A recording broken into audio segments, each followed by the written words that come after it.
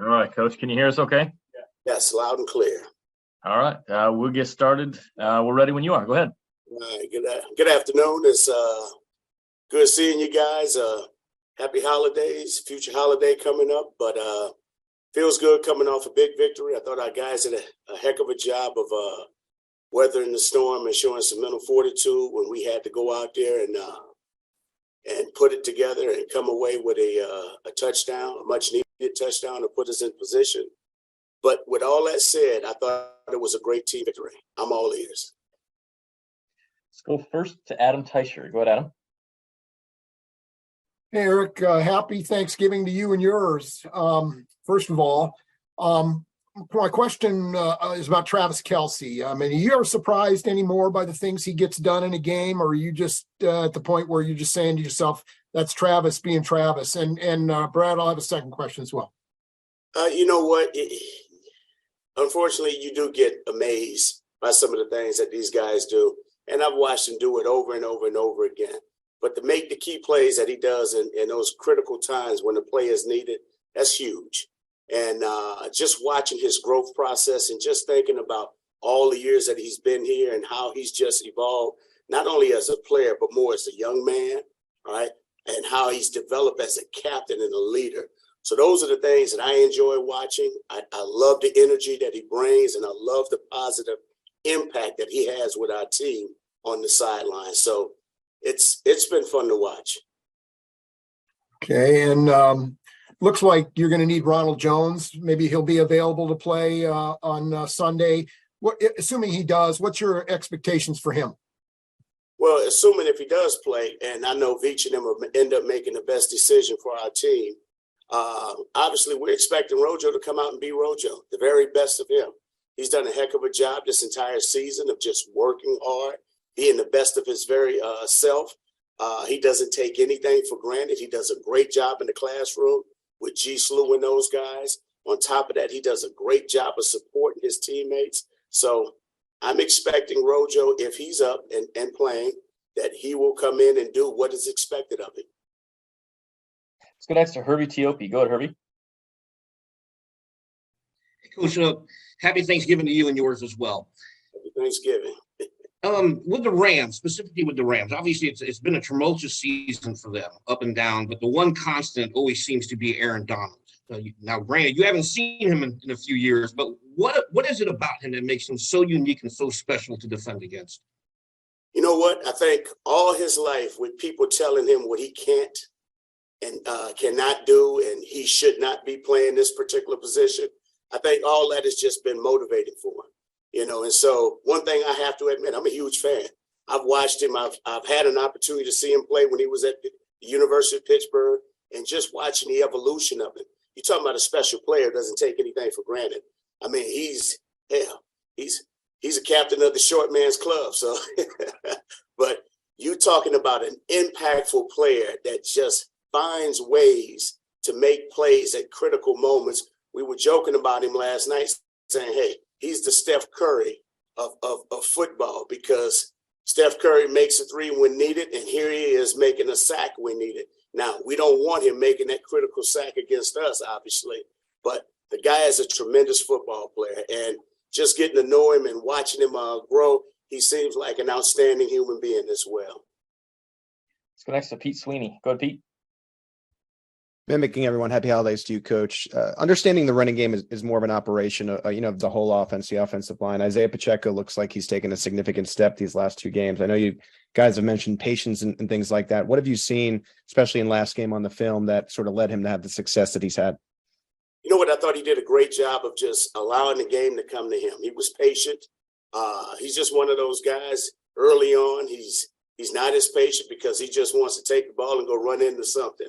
But you love that about the kid. But I thought as the game went along, I thought he got in the rhythm. On top of that, our offensive line did an outstanding job. But, one thing that I'm going to mention to him, and I'll say it here, is anybody can do something once. It's about putting consistent behavior on tape. And so we're going to need that from him. So he has to continue to evolve. He has to continue to grow. But on top of that, I know Coach Lou is going to do an outstanding job with him, as he has always, just like he has done with that entire group. and we're expecting him to continue to be Isaiah Pacheco. Let's go next to Sarin Petro. Go ahead, Sarin. And Brad, I'll have a follow-up question. Coach, I know with the holidays, it's all, roses and rainbows right now, but when you have so many receivers go down, you guys made a pretty significant investment in Marquez Valdez-Scantling in the offseason. Any disappointment that he wasn't, able to come up bigger for you in this game with so many guys being out? Not disappointed at all. It's unfortunate. The receivers, they're in a situation where they have to depend on someone to help them along. And obviously the ball just didn't fall his way. And that wasn't by any design or anything that was constructed that way, but it just happened that way. And guys end up stepping up and making some plays. Marquez is still very much a part of what we do and how we do it. He's been working his tail off. I mean, this guy, he's a part of the family. And I will say this, the unique aspect about it, we're doing a great job of diversifying the football. And you got some young guys that happen to step up and made some plays this particular week. Now, who's to say that he won't have that outstanding day, coming up this weekend? So those guys understand that, hey, at times the ball will find them, at times it doesn't. But when it's all said and done with, these guys understand the most important thing. And that's about coming away with that alphabet that matters, and that's the W. Contrast, Sky Moore did step up. He's had kind of some rough times, as we know, with on the special teams and everything. Why did it all seem to come together for him in this game? He just seemed to persevere through adversity. Here's a kid, just what you said, Sarin. He's been struggling at times, but you know what? It never put him in a dark place. Yeah, we always knew exactly what he can do. He just needed that opportunity to just go out there and shine. And the thing that he did, I thought he did a great job of, was that he didn't go out there thinking about what he needed to do. He just went out there and reacted and played. And that was fun to watch. And so we're going to continue to develop these guys. These guys are having fun. And then on top of that, they got one of the top quarterbacks in the league. So they all want to be at their best when given that opportunity to be at their best. We'll go last to Mick Schaefer. Go ahead, Mick. Hey, Eric, back in your playing days, the 2-minute drill was this, hurried process, and you hope to get down the field and maybe you have some timeouts and maybe you can score at the end of the drive. Now it's almost enough time to get 2 or 3 drives in, right? And you guys had another one to win the game on Sunday. We've seen you do it in 13 seconds. What's the biggest reason for that evolution? Is it quarterbacks? Is it better understanding of offense? What's your explanation for that? I think it's a number of all the things. I think it's more of investing into it. Guys having more awareness and understanding the situations. And you guys have heard me discuss this over time. We spend a lot of time on situational football where we're talking through it, we're meeting through it.